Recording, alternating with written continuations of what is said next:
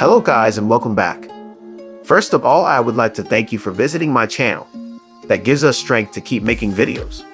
I would appreciate it if you subscribe to our channel and leave a like. Today we are going to show you how to create how to delete a Facebook page permanently, so don't miss a step and let's get started. To start, open your Facebook.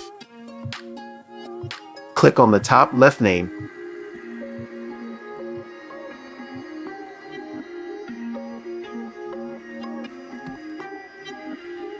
Click on Settings. See red arrow on screen.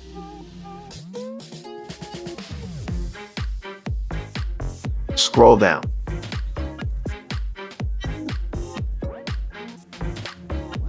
Click on Access and Control.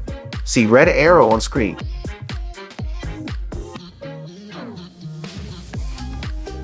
Click on Delete Page.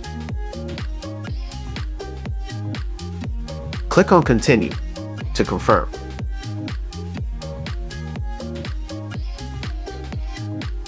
Click again on Continue. You're almost done. Now just put your Facebook password here and click Continue.